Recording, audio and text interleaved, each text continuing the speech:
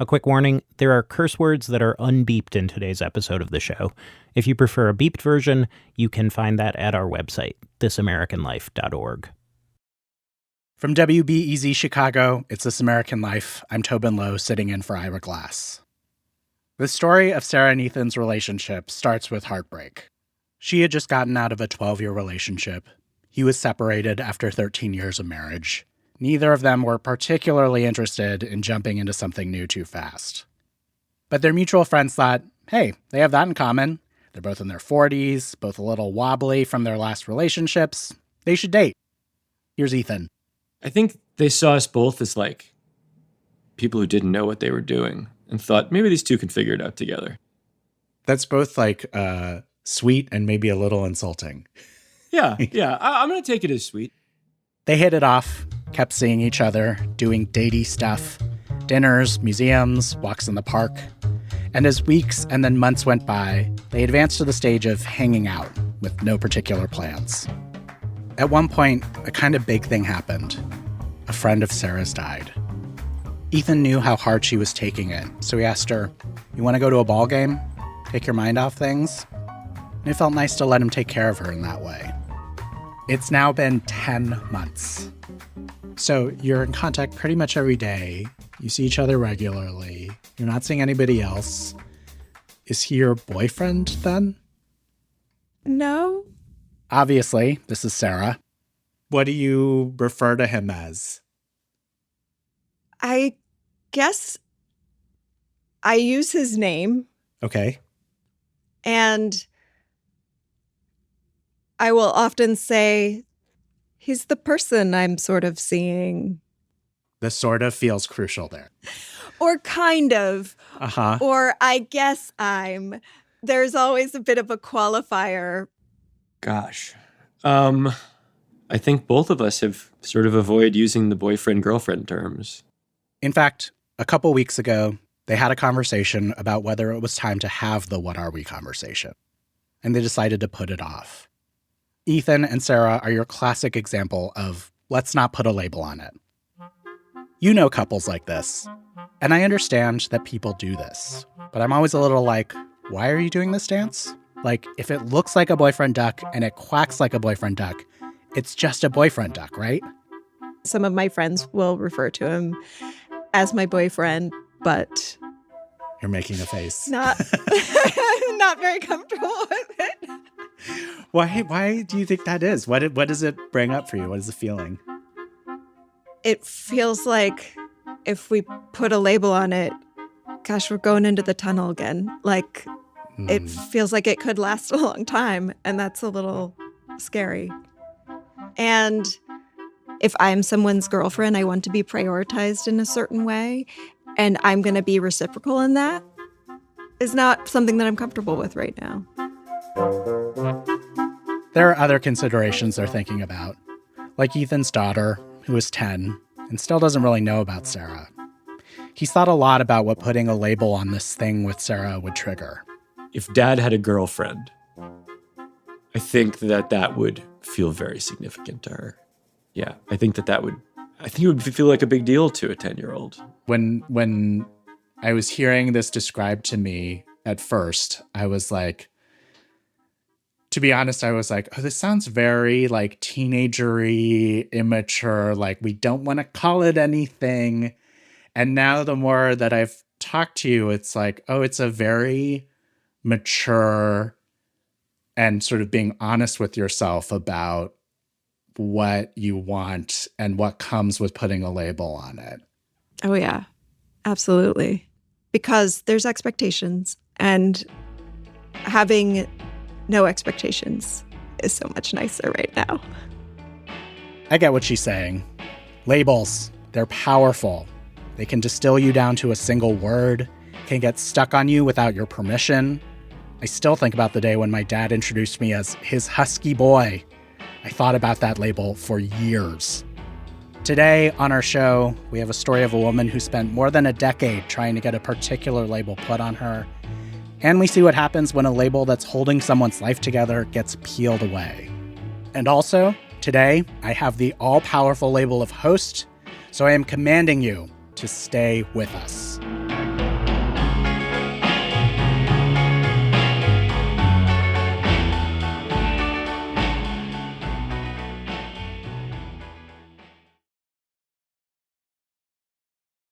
It's This American Life, Act 1, Last Shift. The label being assigned in this first story is temporary. It's a label that can feel meaningful and definitive. You know the thing will end, whatever it is. But temporary is also a flexible term. Your life on Earth is temporary, but it can go on for 100 years. The temporary label plays an important role in the U.S. immigration system for something called Temporary Protected Status, TPS. TPS is a status given to a country all at once. It allows eligible people from that country to live and legally work in the U.S. if their home country has become unsafe or unstable, for instance, because of war or disaster. And if war or disaster goes on, TPS can be extended. For some countries, it's been extended for more than 25 years. Wars can last a long time. A 30-second earthquake can cause damage that takes years to recover from. Last week, the Trump administration succeeded in ending TPS for people from Haiti. A judge removed the last roadblock. It affected a huge number of people, more than 300,000 Haitians. Many have been here in jobs and lives far longer than anyone would consider temporary. So, 300,000 people were facing an end all at once. Chana Joffe-Walt spent time last week with one of them at her job, a woman named Marie. And no one, including Marie, knew which day would be her very last on the job. Here's Chana. I'd heard about Marie before I showed up at the nursing home in Boston. Her boss told me he was losing his best CNA, the pride of the building, he said. A CNA is a certified nursing assistant. Families love Marie, he told me. When I walked in, the senior nurse leader, Florinette, walked me up to the second floor, pointing out details and people along the way. And she pointed to a room and said, the woman staying in this room refused to be moved from her chair to the bed by anyone but Marie. If Marie is not here, we have to make sure that we go and tell her why Marie is not here. Yeah. Why did you? Because she's used to Marie. She's used to her, and Marie treats her with respect. So she really is an exemplary CNA. I've worked with many CNAs. I know everyone. This is Marie. Oh, hello. How you doing? I've heard so much about you. Oh, really? Well, this is another Marie. Okay. Yes. This is another Marie. Got it. Apparently, there are a lot of Maries in this building. Marie Jolette, Marie Claire, Marie France. I asked Florinette, how much of the staff here is Haitian? And she says, oh, we all are, except for, and she scans the floor, her. She is not Haitian. But I think I see 3 CNAs already, and all 3 of them are Haitian. And then a small woman in glasses, gold hoops, ponytail, and pink scrubs walks purposefully down the hall toward us. Hannah, here is your Marie. Nice to meet you. So nice to meet you. Yeah. I've heard so much about you already before even meeting you. Okay. Okay. I'm here a long time. How long have you been here? 12 years. Do you know that you have a reputation here as being one of the best? Yes, I know. But Marie is not particularly interested in talking about this or dwelling on her talents. Marie's not a dweller. For a person who's a star, she's the opposite of flashy. She's focused, quiet, exceedingly polite, but I'm asking questions and I can tell she's distracted, glancing at the rooms behind me where her residents are. I have somebody in the bathroom for now. I cannot stay for I'll too set long. up. Okay. Okay, thank you. Thanks. Thank you for coming. Oh, I'm so glad to be here. From there, Marie is in motion, and she invites me to follow her from one resident to the next. I'm coming, ma'am. I'm coming. In and out of bathrooms and linen closets, between bedsides, humming evangelical hymns to herself as she changes sheets.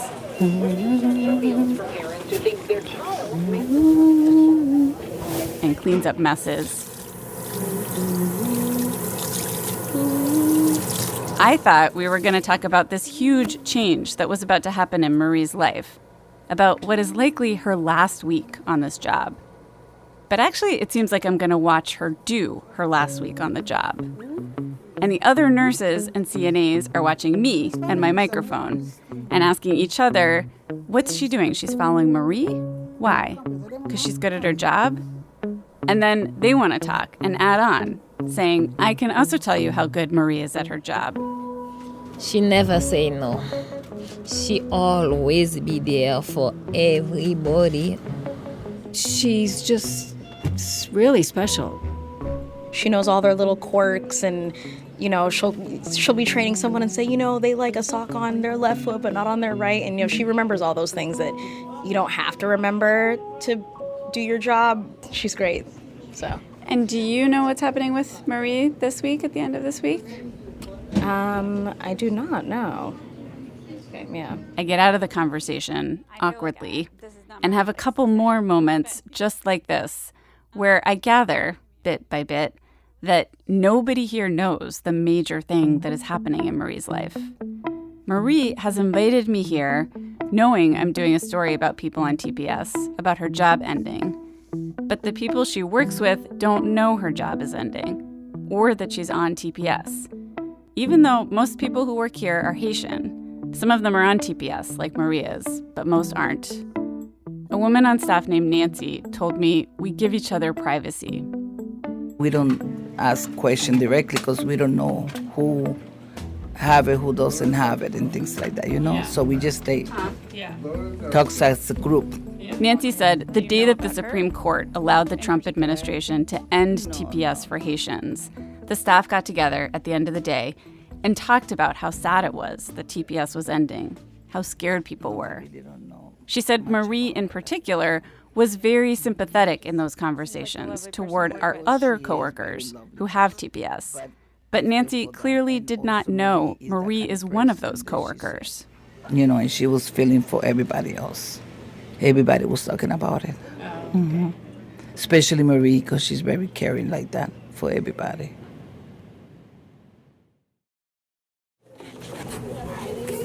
How's it going?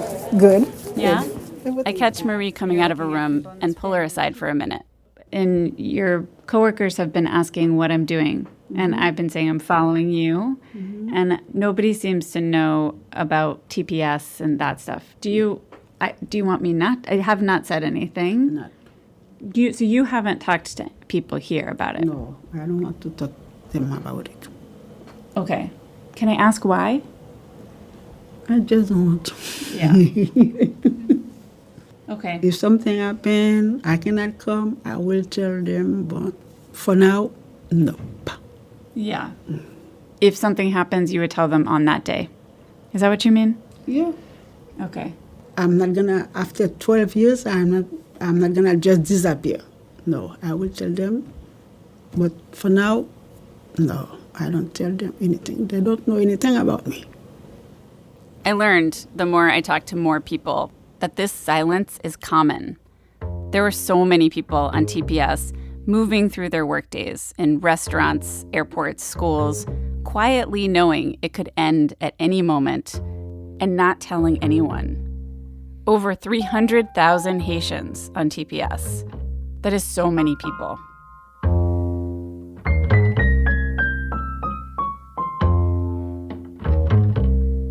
As immigration statuses go, temporary protective status strikes me as a very strange one.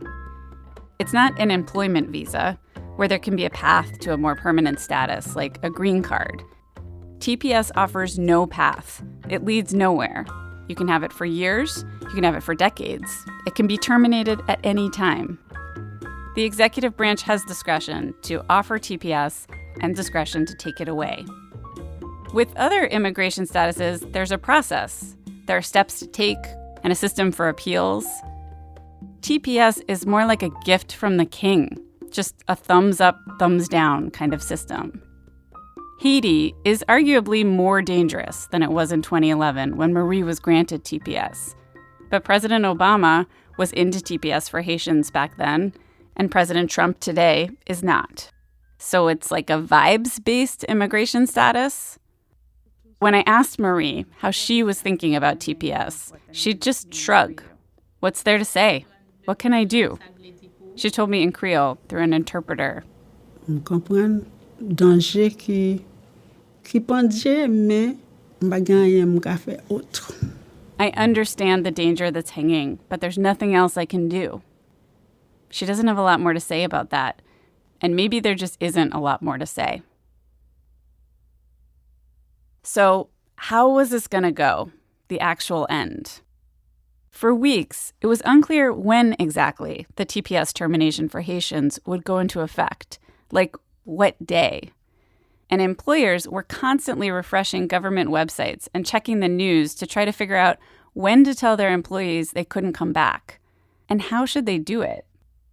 Marie's boss, Colin, told me he was trying to figure out what was the least disruptive, least public way to do this that would protect his employees' privacy. Should he just take them off the schedule, put them on PTO, and tell everyone they're on vacation and then they just won't come back? Should he do that now? Should he wait? The deadlines kept changing. TPS was ending on Friday. Then it seemed like maybe it was Monday. But at the end of the day on Monday, I called him and it seemed like maybe it wasn't Monday. I have no idea. I have no idea what's going on right now. I've heard nothing. It feels like, yeah, today is the date, but I'm not getting anything from, a government source or that says absolutely it's the date. Is there someone to reach out to? I can't answer that question without being sarcastic. I don't know that there is somebody. Tuesday, I walked into the nursing home at 2:45. I saw Colin on my way into the building, sitting at his desk on the first floor by the entrance. Buttoned down, large beard, he's 40 years old.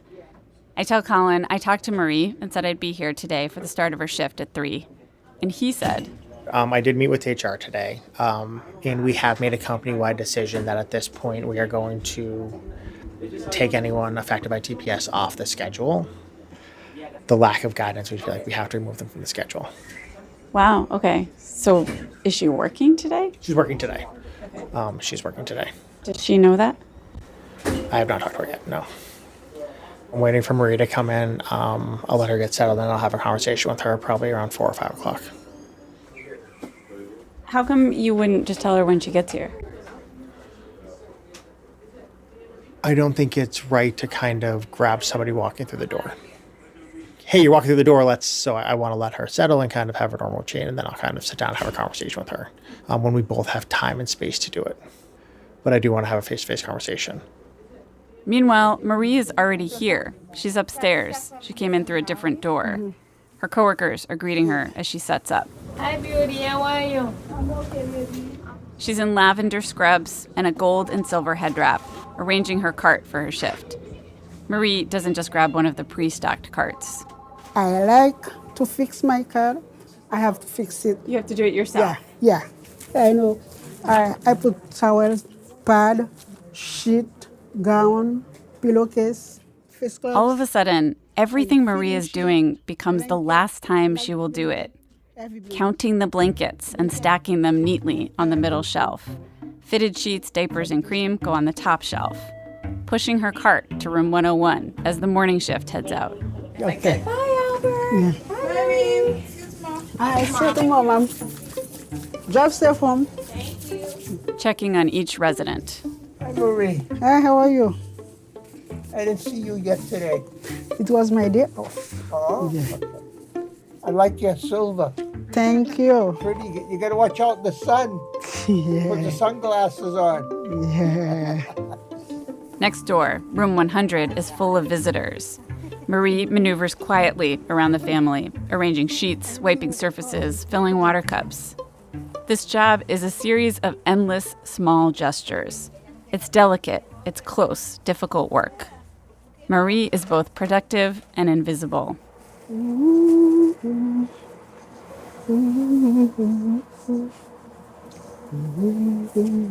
She preps a bath and then gently guides the family on how they can be helpful as she washes and changes their 94-year-old mother. No, not that.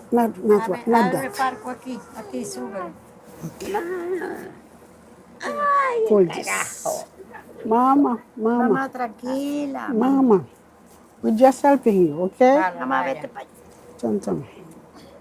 Marie is on her way out of room 100, arms full of dirty linens, when Colin enters the hallway to her unit. He walks toward her. Hey, Marie. Yeah, how are you? Good. But then keeps going. He walks right by her. It looks like he made a last-minute calculation that this is not the time. Marie rolls a cart of soiled linens to the next room, pulls up next to a coworker and whispers to her, asks her where another CNA is today. Marie says, "Did she call out?" The coworker says, "Yes. I think it's about the TPS thing. They closed it." Marie says, "That's what I heard." Then a call button lights up. She heads toward it, back down the hall. You okay? You need to be changed? Okay. Then she's on her way out of that room, and I interrupt. And I ask, "Have you checked in with Colin?" She told me anything happen, he will call me. He saw me when he came here earlier. But we did not talk. Okay. And you haven't asked him anything? No. I don't want to embarrass him. Why would it be embarrassing for him? Because he doesn't like me to leave. He doesn't want you to leave. Yeah. He's not happy to see me leave. Okay. I'm not gonna ask him anything. Next to us, a man in the hallway with bright yellow socks has been using his long legs to drag his wheelchair back and forth, saying, "I don't know, I don't know, I don't know." And a nurse leans close to Marie and says, "Could you help my friend with the catheter?" For the catheter? Yeah. Come, Papa. Colin comes by again, glances in the rooms, but Marie's in the bathroom. Oh, pull the pants down.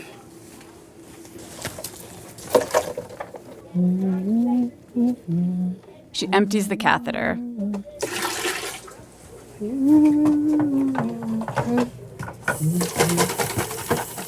As this is happening, Colin does a lap.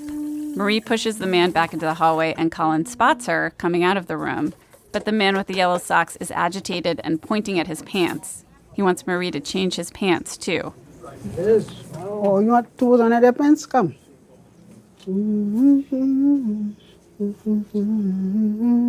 So they're back into the room. Okay, stand up, Papa. Take your time. No, don't slide. Colin disappears back downstairs.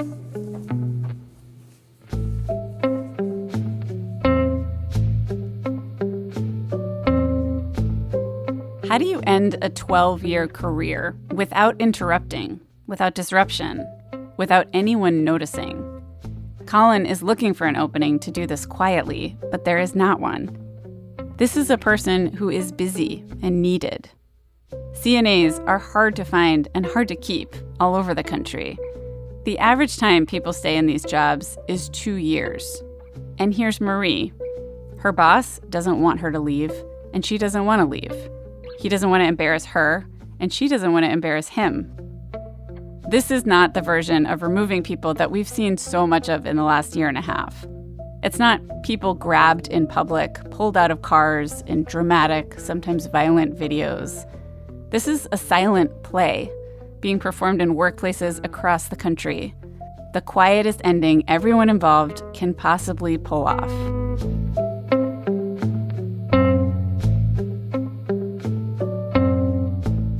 By 5:30 p.m., when the dinner trays arrive, Marie is moving between residents, arranging bedside tables, delivering food trays. A visitor tells her, "We're going to head out now. My grandma's alone. Keep an eye." You're leaving? Yeah. Is that She's why we okay. leave? Yeah. She'll be there by herself. Okay. All right, thank you. Okay, no problem. Bye. I will take care. Okay. Okay, bye. Marie reassures her, then spots a man who's come to have dinner with his wife. Okay. Marie finds a folding chair, places it behind him without saying anything, and keeps walking. Meanwhile, Colin is on the second floor now, and he's not leaving. I can hear him faintly somewhere on the other side of the nurse's station, talking to some guy about printers, I think. At 6 p.m., Colin just walks straight to Marie's unit and scans the area. He sees her carrying empty dinner trays. He says quietly, "Hey, Marie, you got a minute?" "Sure," she says. She places the trays down and follows him down the hall. They go into a room with an interpreter. It takes 7 minutes. Colin doesn't want me to record, and when Marie comes out, I don't turn the recorder back on. She says to me, "Well, they're taking me off the schedule. For now, until he has more information. This is maybe the end." I tell her I'm sorry. She says, "They said I can go home now or finish my shift. It's up to me. I have the choice." And then Marie does something I have not yet seen her do. She talks about how good she is at this job. She says, "When I started here in 2014, my salary was very low. Every year, they saw the way I'm working and the work I've done, and every year they gave me more. Right now, I won't tell you how much I make, but it's double where I started." I tell her, "I'm sure you deserve it." She gets choked up and says thank you. Then she says she's decided to finish her shift and she should get back to it. She stands up and walks back down the hall.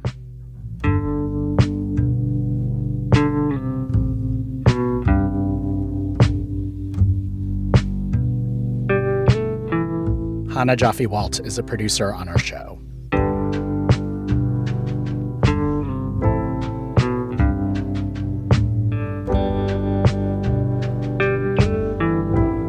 Coming up, a comedian walks into a bar and walks out with a medical mystery.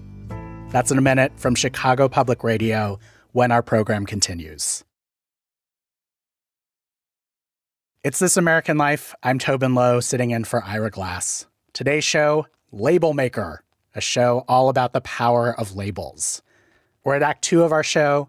Act 2, diagnose me maybe?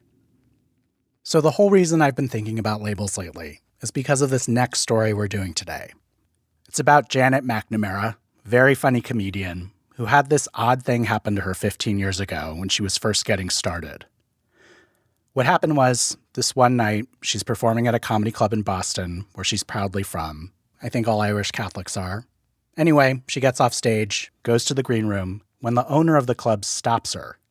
He just kind of said, like, out of curiosity, what's that thing when you look up in the air and you dart your eyes? And I do this thing, I have really bad memory recall, so on stage, I look up in the air a lot when I can't think of a word or I can't think of what I'm going to say next. And I said, that's what I do when I'm thinking. And he said, have you ever been tested for autism? And I said, no, I've never considered that I'm autistic before. Literally, nobody has ever said it to me before. And where was this comedy club? It was called Dick Doherty's Comedy Vault.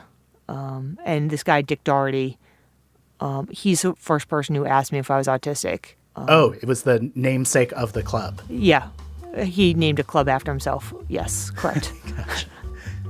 Janet kind of brushed it off, thought it was sort of funny. And she is a comedian, so she started getting on stage around Boston, telling the story about this guy asking this question out of nowhere. It got laughs. But also, after the show, people would come up to her and say, hey, I'm autistic, just to let you know you're also autistic. They would say it that bluntly. Yeah. And how would that feel? How would you react? I would say, I don't think I am.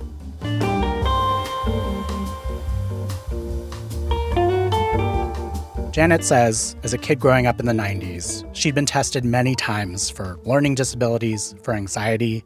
Never once did any of those medical professionals say the word autistic. When she talked about it with her family, her friends, they'd say, yeah, it's a little weird that you get your haircut in slow increments so no one says, hey, you got a haircut. But mainly, they said, you're not autistic, you're from Boston. Like. But the fact that people kept saying it to her after shows, it raised a curiosity. She thought, it's probably nothing, but what's the harm in asking my psychiatrist if he thinks it's possible? Here's Janet talking on stage about what this all led to. It was when Asperger's was still a thing. Yeah, it's not a thing anymore. Now they call it the autism spectrum. Yeah, they unnamed it. He was a Nazi. Asperger's was a Nazi. Yeah, read a book.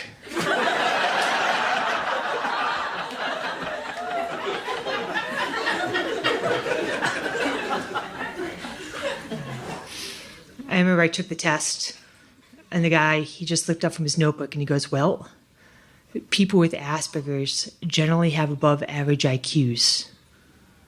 So.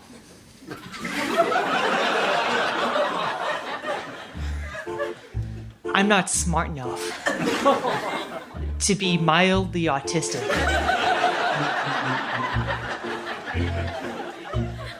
Is what that doctor told me. This, again, was her actual psychiatrist.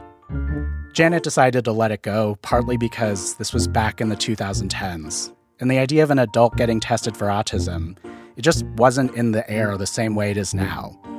She thought, okay, that's it. No need to keep pushing for a test. So for years, autism was just a funny bit on stage, part of her stand-up. But off stage, Janet had a day job, and what was happening there would turn out to be not so funny. Off stage, Janet had found what she thought was the perfect job. She was an accountant, worked her way into it after being a bookkeeper for a plumbing company right out of college. She liked accounting because she was essentially a problem solver, looked at ledgers, Excel spreadsheets, pointed out where there were errors. And her boss loved her because Janet got her job done quickly and efficiently. No small talk, no bullshit. She even got raises regularly. That is, until one day she got a new boss, one who liked small talk, wanted more group meetings, more socializing amongst coworkers. Early on, this new boss asked Janet to meet one-on-one so they could get to know each other. And she said, I have 2 kids, I enjoy hiking. And then she turned around and showed me her 2 kids with she turned around and picked up a framed picture of her 2 kids and went to hand it to me. And I just said I could see that from here. When I walked into her office, I saw the pictures of her kids. I immediately knew when I walked into her office, she has 2 kids. They're about 12 years old. The boy's older than the girl. Okay, cool. I know all this Clocked. information. I know this. I got it. And then she just tells me verbally and then hands me the picture. And I'm like, I already know this. Like, why are we talking about this? You have a picture. That's why you have a picture on your desk, is so that people don't start asking you if you have kids because there's a picture on your desk. Janet talks in her act about how things started to sour for her in the workplace. I was having a hard time at work at the time. I was having a hard time at work because of my personality. Yeah, they said I was rude at work. Yeah, they said I had bad tone. They said I had bad tone in my emails. I was like, how could you have bad tone in an email? I wasn't singing.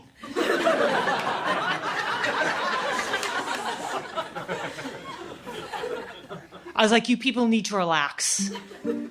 I told my boss to relax during a performance improvement plan. And even though she joked about it on stage, it was serious. It seemed like she might lose her job. And what made it so difficult was that it felt like she wasn't being asked to improve her work. She was always good at that part. It was like she was being asked to change her personality, her fundamental way of being, which, how do you even go about fixing that? She became so anxious and stressed about it, she took medical leave for a while, hoping she could figure out a solution. And then she went to talk to a doctor about what that might look like. Like a more private desk away from the chatter of the office, the ability to sit out those meetings with large groups of people. She asked the doctor if he could help her ask for these accommodations, and he said, "Those sound like what you'd ask for if you were autistic." Again, that label. Janet decided to look into a diagnosis again, this time because the need had become dire.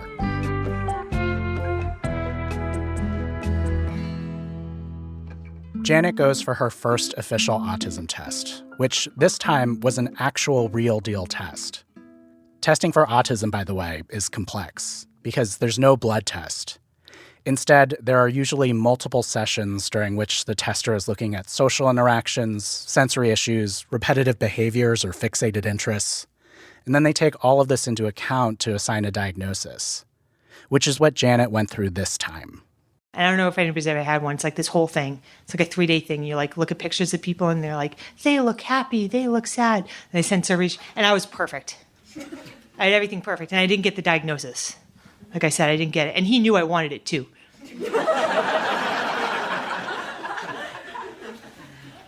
And I didn't get it. And I'll tell you what happens. At the end of the day, the guy, he just came back and he just looked at me right in the eye, which I did not care for.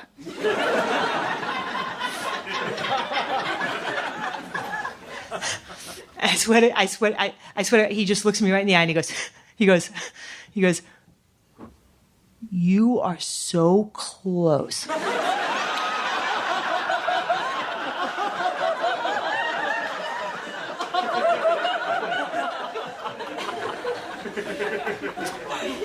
I swear to God, he goes, "You're so close. You just didn't quite hit all the criteria." And the criteria I didn't hit, the only reason why I'm not autistic, according to him, is because the tags on my shirts don't bother me. Yeah, I don't have sensory issues. I was pissed. I was all ready to go back to work and be like, "Hey, I don't have to look at you." It's not that I'm rude, it's that I don't understand. It turns out I'm just rude. You can tell that I'm rude because the tags on my shirts don't bother me. And that's the difference between rude and autistic. It definitely felt like I had no choice but to change. And it felt like I had no choice but to start playing the game, which is talking about the weather and saying hi to people. And I did start learning people's kids' names. How long do you feel like you were able to keep that up at that job specifically? Like 3 months. My brain just wasn't, it's so hard to describe. It's probably what dementia feels like, in that you know this isn't hard, but your brain just can't do it. Like, I just couldn't function. Janet cycled through several corporate jobs after that. She said she'd do well, but then hit a wall as the demands of interacting and socializing would increase. She'd have to quit or face being fired.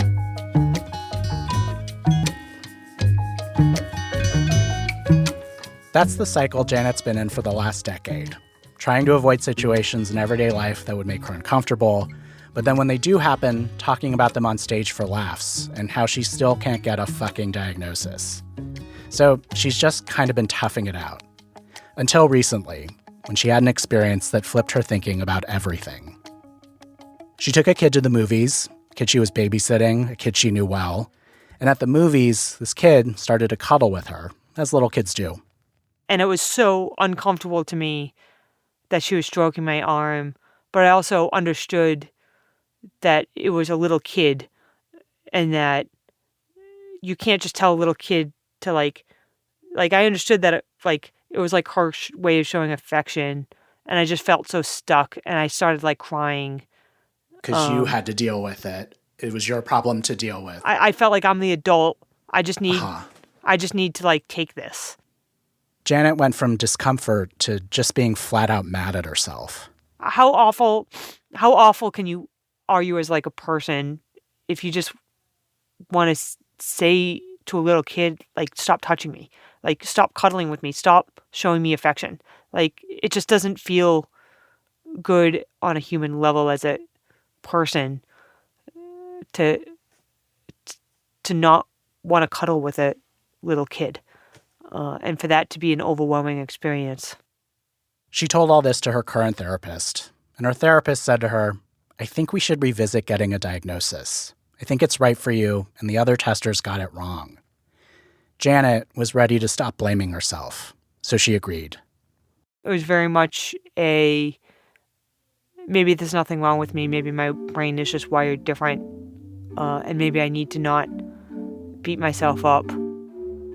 And that's when I interviewed Janet, when she was trying, yet again, to get a diagnosis.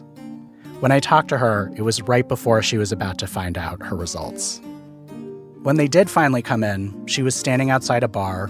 It was 11 p.m., she opened an email with a report, and then, the next night, she went on stage in Portland, Maine, and dropped the news.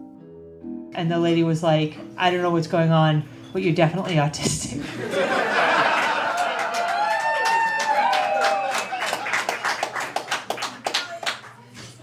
She was like, you're autistic because you are interested in people, and you're just not interested in things that are boring.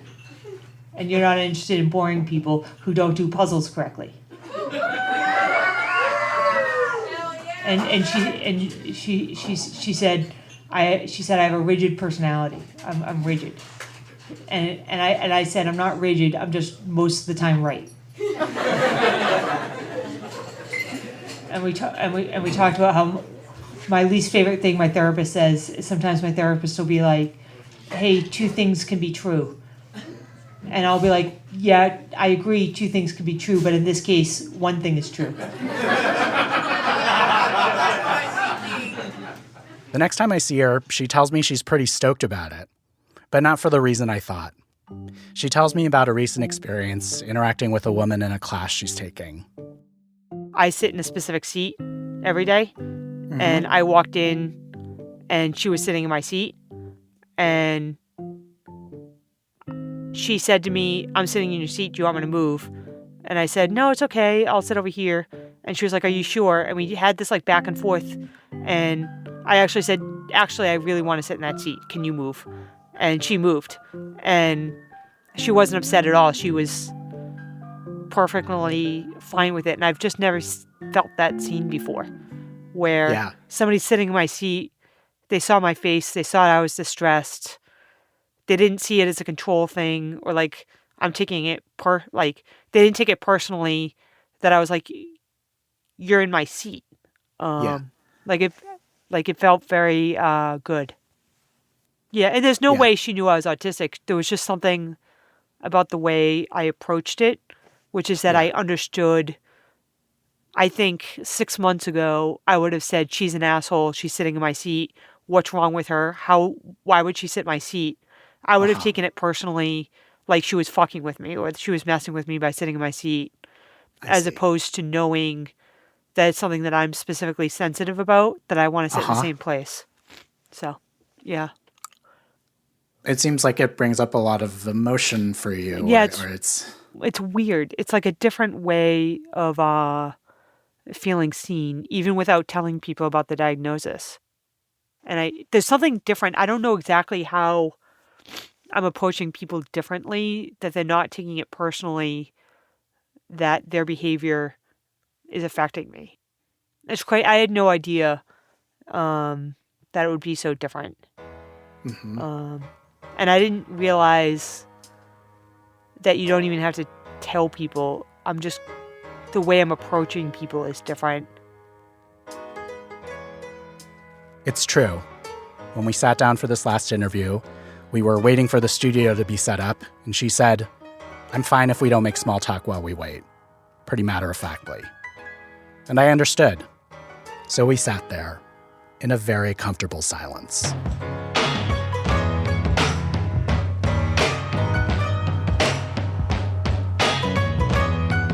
Janet McNamara is a comedian. You can watch her full special, Not Smart Enough, on YouTube.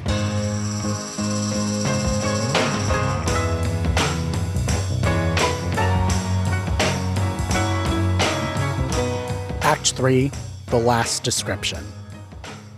You know, when you get down to it, labels are just our way of pointing out what we think is remarkable about other people. That's writer Alfred Jung Lee's argument. He's been thinking a lot about what we notice in each other, especially as he tries to describe someone very close to him. Here's Alfred. Not long ago, I was reading, in a magazine profile, a description of a person who, quote, has a prodigious white beard, wavy gray bangs, and dark, beetling eyebrows. A photo of the person was included, and as I looked, I admired the efficiency of the description.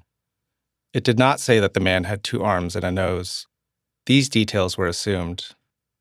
Reflecting on this, it occurred to me that when one describes a person, one is also describing how that person deviates from the norm, what makes them different from everyone else. Recently, someone I never met was supposed to pick me up from an airport in the Midwest, and I offered a succinct description of myself.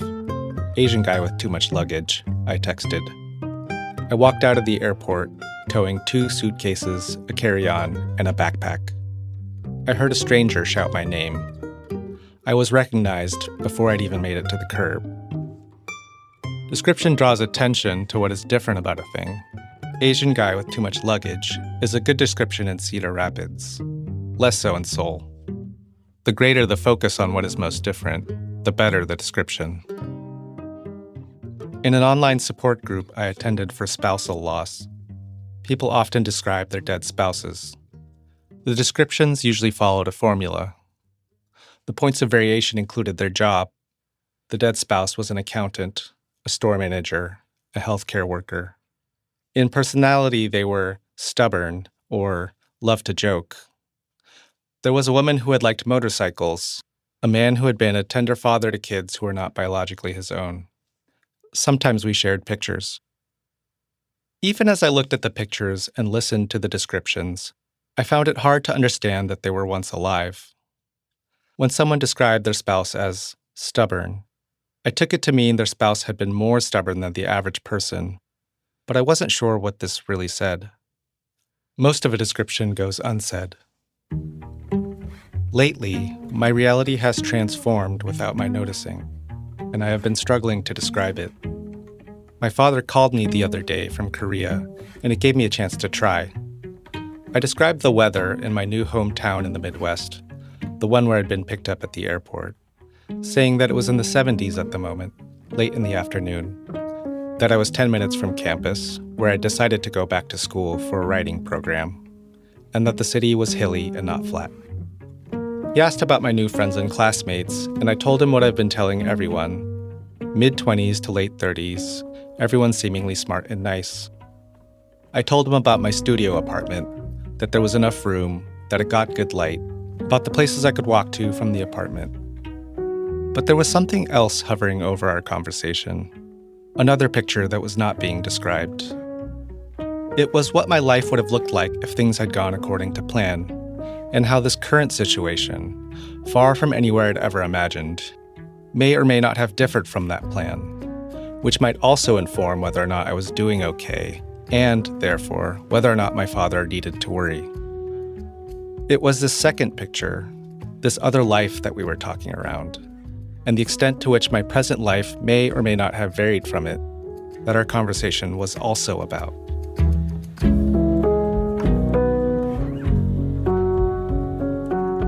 I remember one time when I felt I understood something about one of the other dead spouses. Instead of her spouse, a woman described an electric razor. It had belonged to her husband, and he had used it on many mornings. She used to hate the noise, but now that he was dead, she missed the sound of the stupid thing when she woke up. Somehow, he came alive to me then, though this detail was routine and did not distinguish him. She held the razor in her hand and flipped it on for us.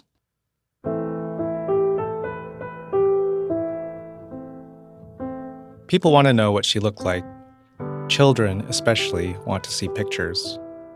But in the last 5 years of her life, my wife's most noticeable characteristics were often related to either cancer or treatment. She lost and regrew her hair more than once, and sometimes wore a rotation of wigs, none of which quite suited her. She gained and lost large amounts of weight, and over time her face swelled. When one looks at a picture of her from these years, one often sees a sick person before anything else, while at other times one sees someone vibrant and healthy. I am not sure which version to describe.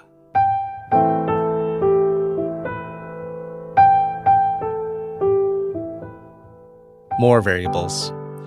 She was 28 when she was diagnosed with stage 4 cancer, 33 when she died. Her driver's license says she was 5'6" and 115 pounds, with brown hair and green eyes, although the weight was incorrect, perhaps one of those things she'd filled out as a teenager and carried over for years. It became correct again as she sickened, and then dropped well below that number. In my memory, her eyes are more brown than the green that was documented. I could say that when she was healthy, her hair was thin, often not much longer than shoulder length, sometimes worn with a headband and usually not long enough to tie up, although I can't even be sure about this last part without checking photographs. When she was young, her dad used to tease her about having a big head. Sometimes I offer that she was white, but usually I wait until the question is asked. Sometimes I envy the white person with a dead spouse, of whom the question would be less likely to be asked.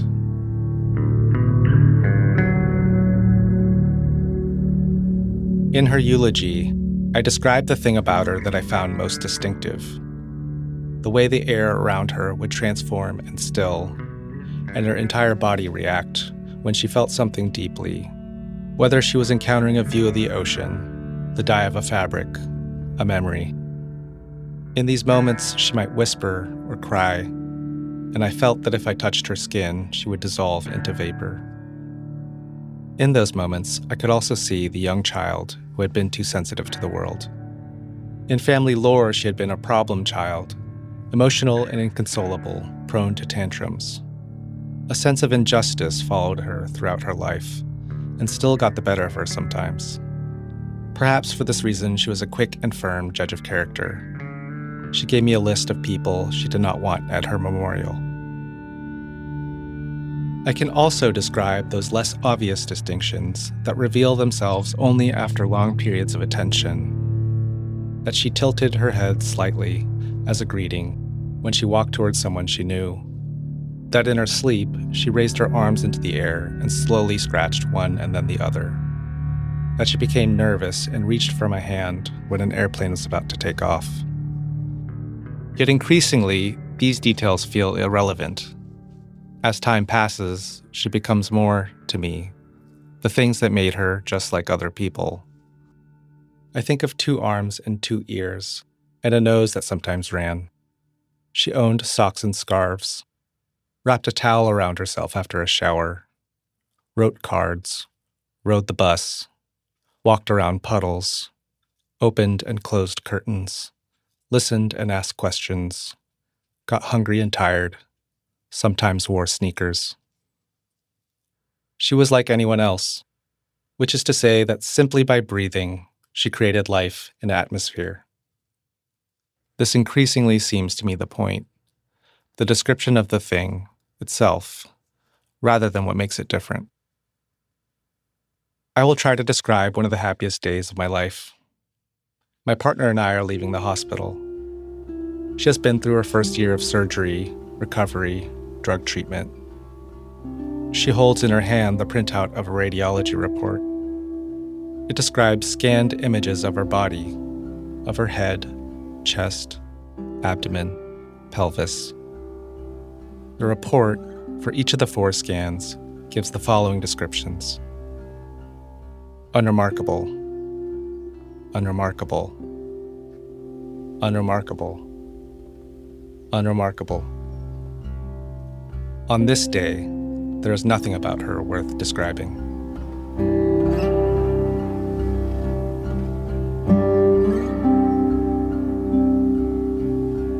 Alfred Jung Lee is a writer in Iowa City. This essay was originally published in The Believer. Our version was produced by Diane Wu.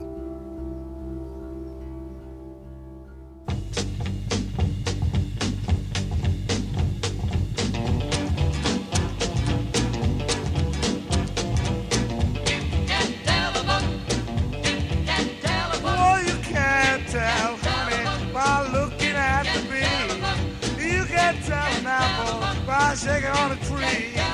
You can't tell a sister by looking at a brother. You can't tell a book by looking at the cover, baby. Can't you see? Can't you see? Ah, you misjudge me. You misjudge me. Look like a farmer, but I'm a lover. You can't tell a book by looking at the cover, baby. Now. Well, today's show, the person holding the label of producer was me. I was edited by our executive editor, Emmanuel Berry. The people who put today's show together include Fia Benin, Dana Chivis, Emmanuel Jochi, Cassie Howley, Adrian Lilly, Seth Lind, Molly Marcello, Andrea Marks, Catherine Raimondo, Stowe Nelson, Nadia Raymond, Anthony Roman, Ryan Rummery, Ruby Schwartz, Alyssa Shipp, Christopher Swatala, our managing editor, Sarah Abdurrahman, our senior editors, David Kestenbaum and Nancy Updike. Special thanks this week to Betsy Johnson, Alan Phillips, Lindsay Nader, and Marta Hmilovich at Autism Speaks, Corey Andreas, Seyoon Gong, Leading Age, Melissa Honig, Evelyn Marte, Amina Dubuisson, Eve Vila, and the other workers on TPS who shared their experiences with us. Thanks also to all of our This American Life partners. Their support is an essential part of our budget. Subscribe as a Life partner and you'll get regular exclusive bonus episodes, you'll listen ad-free, and you'll help us continue to make the show. Join at thisamericanlife.org/lifepartners.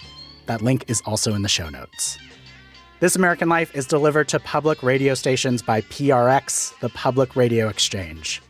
Thanks, as always, to my boss, Ira Glass. He's off this week working on his new radio show, That American Life.